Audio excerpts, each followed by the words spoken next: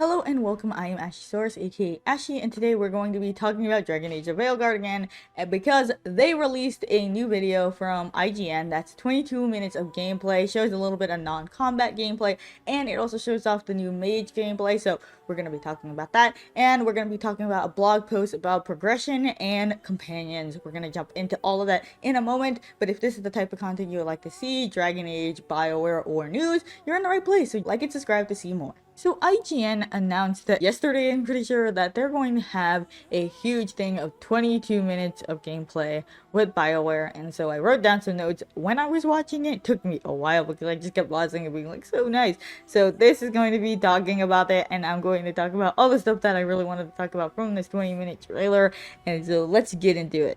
They show off the lighthouse, and it is huge. It is much better than I thought it was going to look. Like, everyone was talking about that, and since they showed off the bedrooms there, I was like, I'm super excited to see this. And they show off the main area, which looks like a living room, and then you walk out and you see that there's other pillars and stuff like that where you can talk to the companions. And I think the lighting looks beautiful from here, and it's just so nice.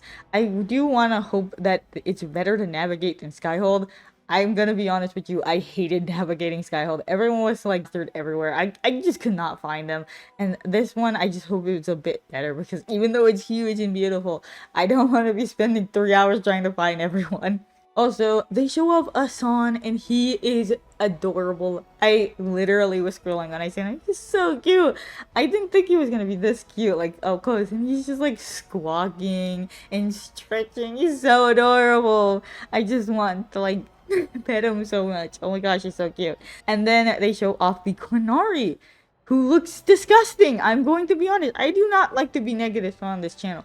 But what is that? Why is his forehead like that? This doesn't look like a Qunari to me. This looks like they put a human's face at the bottom of a Qunari's face. Like, this looks so weird. His forehead is so bent out. He doesn't even look like a Qunari. Like, even in Inquisition, I'm gonna be honest.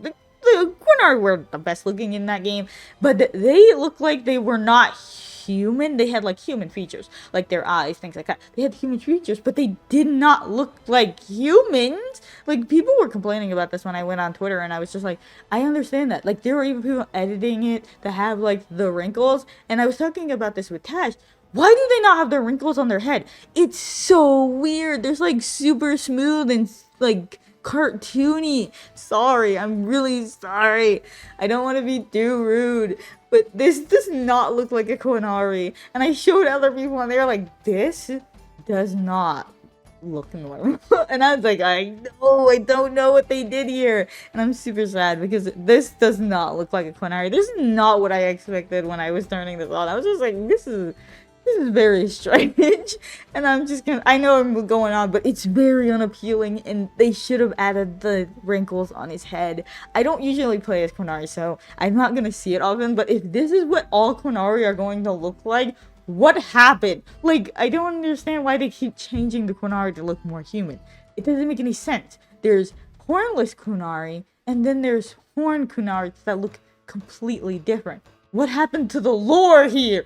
But I am just gonna move on. They show off Darvin's voice, and I think that he sounds fine. We see how Darvin talks to Asan, and it's super cute and super funny. I just think that it's funny that he is like the Griffin dad that people jokes about. Like, he's like, don't do this, don't do that. You have to behave yourself. You're like, okay, that's your son. Okay, we get it. Like, I just think it's kind of funny and cute. They show off the crossroads, and they mention that the elven gods are attacking the crossroads, and that it's a dangerous place to be. They also mention a lot of spoilers in this, and I just want to mention that again, because I did mention it in the beginning of my video that there will be spoilers. But they are going to mention a lot of spoilers up, and I'm going to talk about it in this video, so I don't have to talk about it later. So I also wanted to mention that I like the crossroads. I like how the crossroads look. It looks kind of like Dragon Age Inquisition's like DLC The Trespasser. It looks like that. But it also looks like it's changed too. It looks like very hollow, and like it looks really strange. Like, it just feels like there's a lot of mysterious stuff going on there. And I do like the UI that they show off here when you go to the Alluvian, but I also want to mention, if you look really closely to the map, there's Varric up there. There's a Varric card thing up there, like telling you that you can talk to him.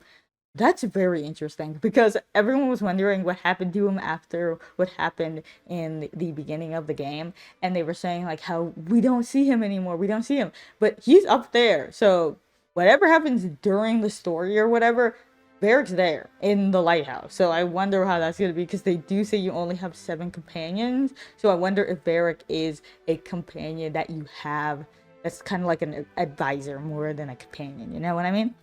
Aforementioned that the crossroads was the training grounds for Solus and the base of operation for his rebellion from the elven gods in the past, and that you can explore the areas and have and see memories and take part in those memories of Solus's rebellion. Which I'm wondering, are we going to see Solus have hair? That's my biggest thing. That's all I want to know.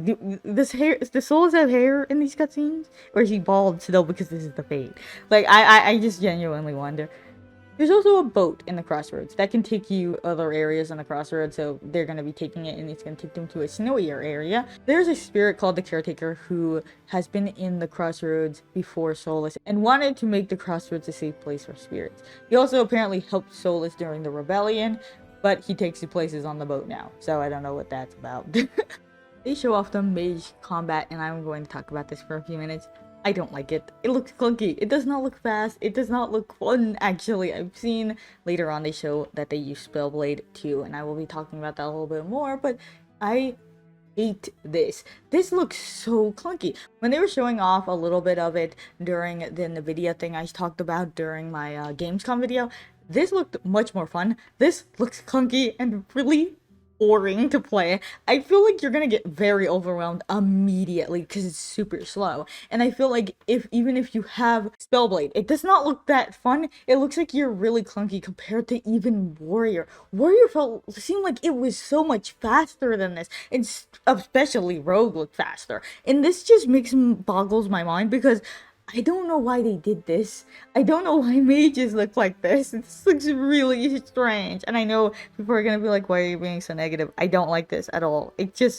I like mages in Dragon Age. I like playing as mages. And this just does not look like a mage combat that I would enjoy, because it literally looks like you're putting every weight in that one little wand and swinging it so hard that it takes a minute. Like, they were getting overwhelmed and they were only level 35. And this looked bad. This did not look like you were having any kind of like defense, anything. Even if you were using like the bubble to shield yourself, like that does not look like you could block how much was happening to you. And that's the reason why I don't really like the way that this looks. This looks like it's having issues, and I don't like that. I don't like that it makes it look like you are more of a glass cannon than rogues are, because rogues have always been glass cannons, but this looks bad. This looks like you're going to be hit, you are going to die often, and things like that, and I just don't like it. I don't know if it was just because one of the devs were playing it and they were kind of, messing up a bit, but this does not look fun.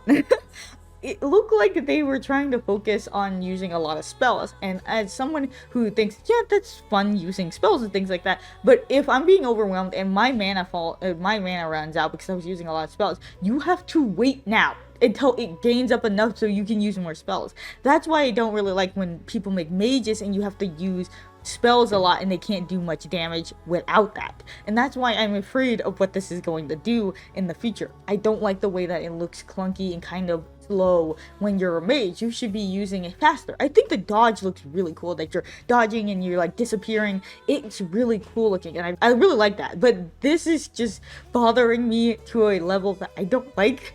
I love playing as mages, and I was super excited. I think I even said it in a few videos that I was super excited to play as a mage.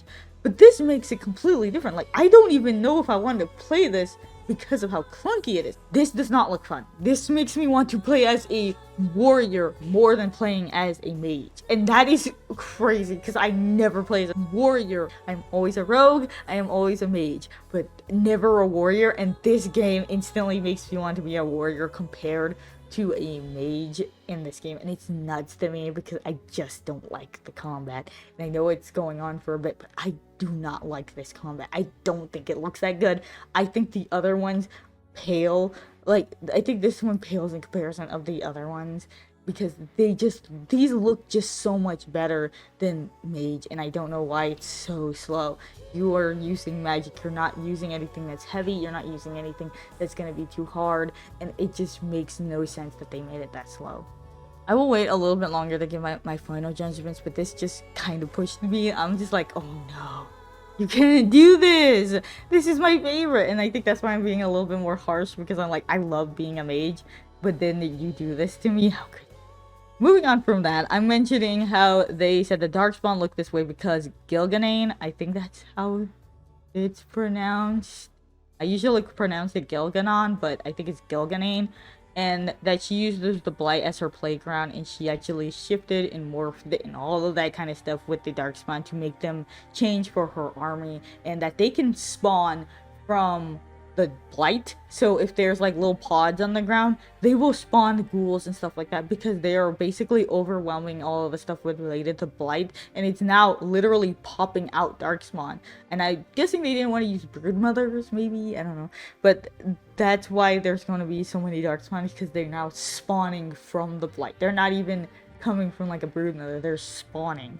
They also mentioned that the crossroads reflects the real world, so there are areas that look like snowy and stuff like that because they're going to the mountainy areas, but then there's other areas, so I'm guessing it's gonna change depending on where you're going in the crossroads. Also, they mentioned that you have to explore the crossroads to open up areas, but they said that there are maybe times where you have to fast travel and things like that, but you have to explore to open up those areas to go through the alluvions to those areas, so I'm guessing that's interesting. We also get a look at Hosberg, I think it's called Hosberg wetlands, and it's almost completely blighted. It's a place where the Wardens has set up a base, and that the Blight is acting abnormal here, and that they are trying to defend this place from the Darkspawn. It is called Levendale, and this is in Hosberg wetlands, and that the people are just trying to live over here. They are like a little depressed state, and it's supposed to be a place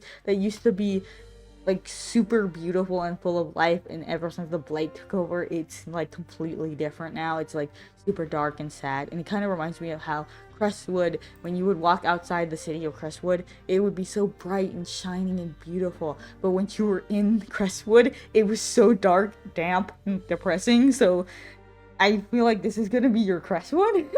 They also mentioned that there's a person named Holden who's a quartermaster for the Wardens, and that you can upgrade their shops, which seeming like that if you look at the thing, it says that you need items to upgrade the shops, and that they have a 4 max to upgrade it, and it will give you new items when you upgrade the shops. So I'm guessing when you're going to collect materials, it's for upgrading stuff related to this kind of thing, I'm guessing. They also show up someone really close if you zoom in, that they're wearing the full Grey Warden armor that kind of looks like the ones that they used in their concept art. I think it's awesome because I love the Grey Warden. Maybe not them as people most of the time, because apparently they're not the best people, but I always love the faction because it's just such a cool looking faction. And yeah, the Wardens in Ferelden were probably some of the best, but they were just a really cool faction, and I just really do like the Grey Wardens.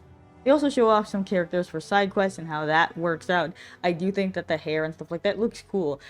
I don't know about the facial features still. I think that they're still a little clayey. I've been saying this for a while now. They kind of look clayey, and they kind of look like they're not fully textured, so we'll see when it launches, because Final Fantasy 16 had the same issue, and when it came out, it was actually fully textured, and all of the people outside, like, you know, NPCs, they were all like textured later on, so we'll see.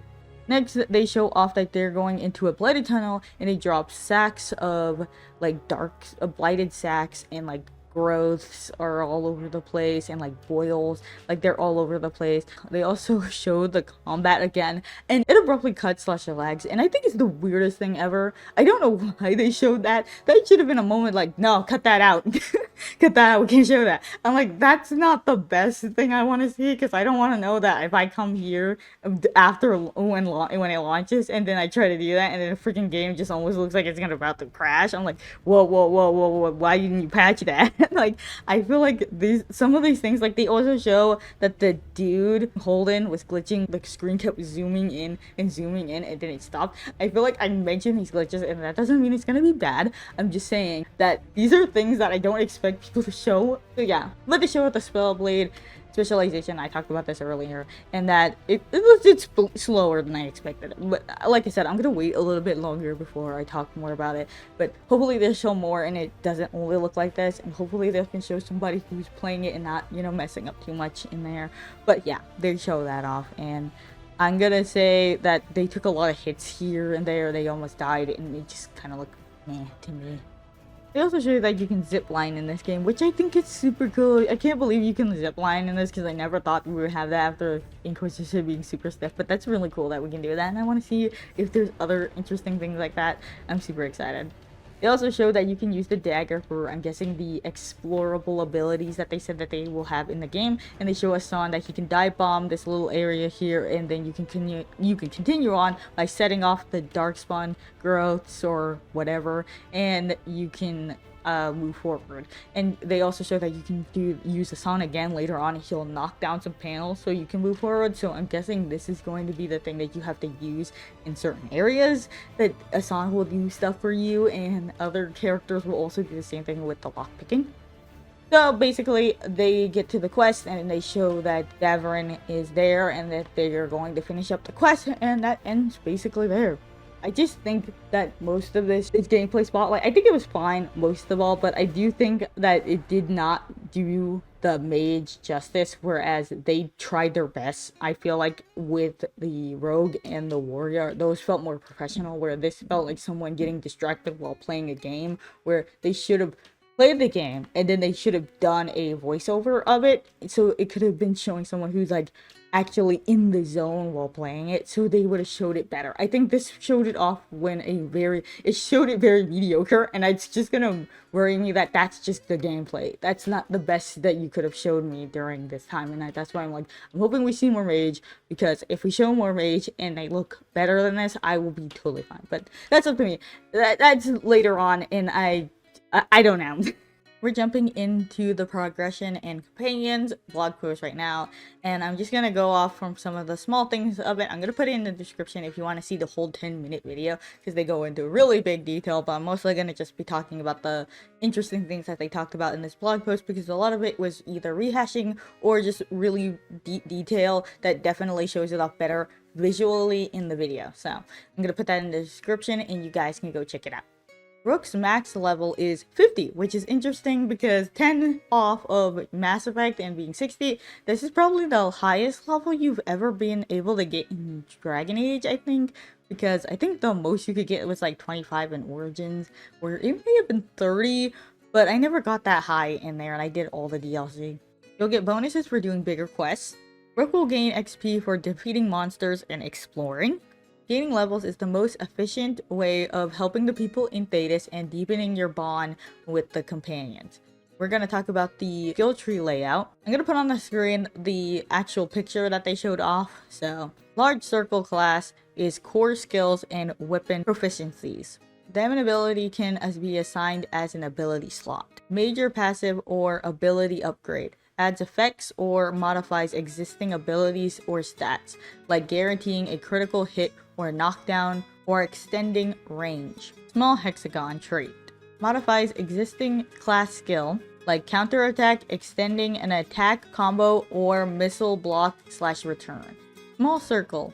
Minor passive or stat boost. Increases efficacy of abilities, passive, or stats. Node selections are designed to harmonize into cohesive builds. This ensures that Rook's strength is always growing as the playstyle is being refined. Players can refund their skill points at no cost and can be spent elsewhere. They also talk about in this blog post about specializations and how they are themed off of factions, but they are not restricted to factions that they're based off of. So a Grey Warden Rook can be a Veil Ranger if they are a rogue. So even though that's based off of the Veil Jumpers, you can still use it if you're a rogue, no matter what factions you're a part of.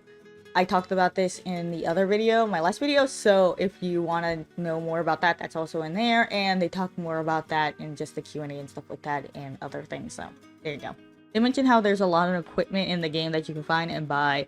That includes weapons, armors, accessories, and that each item has their own stats and properties. With respect to the weapons and armor advancements, duplicate items empowers them to increase stats and unlock additional properties. For more upgrades, Rook will find the Caretaker's Workshop in the Lighthouse, where equipment can be upgraded and enchanted to unlock additional effects for Rook in the Companions. There will be a list of basic enchantments to start with, but each time Rook upgrades the rank of the Caretaker's Workshop, more enchantments will be available. Each item and ability have a single enchantment applied to it, and each enchantment can only be used on a single item or ability at a time. Players can choose a faction at the start of the game, and the faction will influence the casual wear that Rook wears at the Lighthouse. But with Transmog, you can find new outfits, or you can buy new outfits that can be used via the Lighthouse's wardrobe, and use the Transmog for your casual wear to be whatever outfit you may have bought or found while exploring. Members of the Veilguard each have their own levels, and each level gain grants them 2 skill points. Each companion will have quests to deepen Rook's bond with them. This is one of the main ways that they can gain experience. Companions can also gain experience through unique conversations and decisions that you have with them. These quests and bonds are not limited to romantic interests. Platonic friendships are just as important and focus in Veilguard. Here's my issue with this. I don't know how to feel about this though. I don't know why I have to talk to them to gain experience. I think that they should have leveled up like they did in the other Dragon Age games, where you don't have to take them anywhere if you don't like the way that they play or anything like that, that you just have to have, you know, them in your party. So basically not in your party outside, just having them as your companion, and they'll level up just like in the other games. I don't know why they changed that to you have to talk to these people and you have to gain XP for that way. Okay, I'm gonna use an example. I don't like Sarah in Dragon Age Inquisition, but I keep her on my team just so I can get her ending and her XP from doing her like quests and stuff like that kind of thing. So I will have her, but I basically don't talk to her until later on in the game, until I'm ready to basically finish everything, and then gain all of her friendship enough to have her to go and do her quest, and then that's it, and I don't deal with it. And I do that with a few other characters, and I feel like you can't do that in this game, and that kind of ruins the way that you get to play a game, is that you can do whatever you want with these companions, and not in the way of like you basically do whatever you want to do with them. You just don't have to talk to them, but you don't miss out on that if you don't feel like talking to them right there and then. I feel like that ends up taking away the role-playing aspect, because in the ending, not every moment you're going to be able to talk to somebody, and I think that takes away the role-playing aspect of that. Just, that doesn't mean that I'm not going to talk to them, because especially it's my first playthrough, I'm going to talk to all the companions, but if there's a companion you don't really like, and you don't really want to talk to, I feel like you shouldn't be penalized with their leveling system because of that. That's kind of weird. I don't know how you don't get stronger just because I don't talk to you. That's just weird. I won't say too much anymore about this, but let's just move on from that. But that's a bit weird in my opinion. Each companion has their own set of gear to manage, which can be upgraded and enchanted at the Caretaker's Workshop. Companions also have primer and detonator abilities that can be combined with each other or Rook's combat. I talk more about this in my Q&A thing, and they talk about the examples of which one has like the rock paper scissors effect, like, oh, this one gives a weaken and things like that. It's just a thing that can detonate depending on who you use and stuff like that. They talk more about that in detail in other places, so I'll put those in the description so you can see that. But yeah, and that's about it for this blog post actually. But yeah, that's about it. They talked about that a little bit. They talked about specializations a little bit. They talk about that stuff, but I'm gonna put that mostly in the description because they do show it in detail of how all that stuff works, and I feel like I can't really tell you. It's better to watch it visually than me talking about it, but this does tell you a few things that you need to know, and that's why I wanted to talk about that. But that's about it. I have a few issues with the 22-minute video and how you level up your companions, but that's all for now. I don't really want to keep complaining, because I'm not going to try to sound like I'm being super negative. I just feel like some of the stuff that they do change, and there does bother me. And I think it does bother other people, because I have seen people complain about it. But I just don't want people thinking that I'm just starting to become negative. I'm not. I just think that some of the stuff, and I've said this before, some of the stuff kind of irks me, but that doesn't mean the game is going to be bad or anything like that before anyone says that.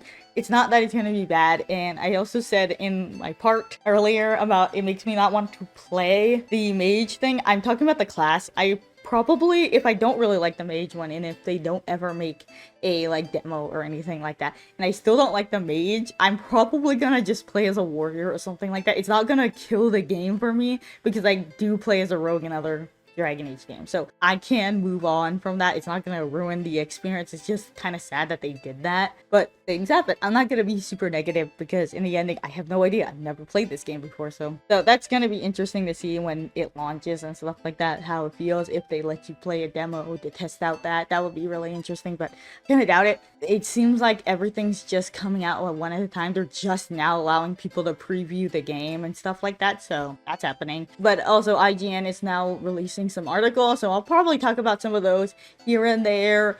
Some of them are just about companions, and I want to make a companion video, so that's just going to be dumped into that video. And then if they have anything else, I'll do some of the update videos that I did for Game Informer, so that's about it. So how do you guys feel about what's been showed off? Do you guys like it? Are you excited, disappointed, neutral? Tell me about it, and let's have a conversation down below. So yeah, that's about it. Thank you guys so much for the support. I actually hit 100 subscribers, which is awesome because this has never happened before. So this is really cool, and I'm super thankful, and I'm super glad that you guys enjoy the content. Don't worry, there'll be more coming. I'm trying to get 2 videos out a week, but there will be weeks where I only have 1 video because of how I record and how long it takes to edit videos. So I'll be trying to do as much as possible, but I'm super thankful for everything you guys have done for this channel. So thank you so much, and I'll see you guys in the next video. Bye! Whoa, whoa, whoa, I'm just a man missing you. Please understand, without you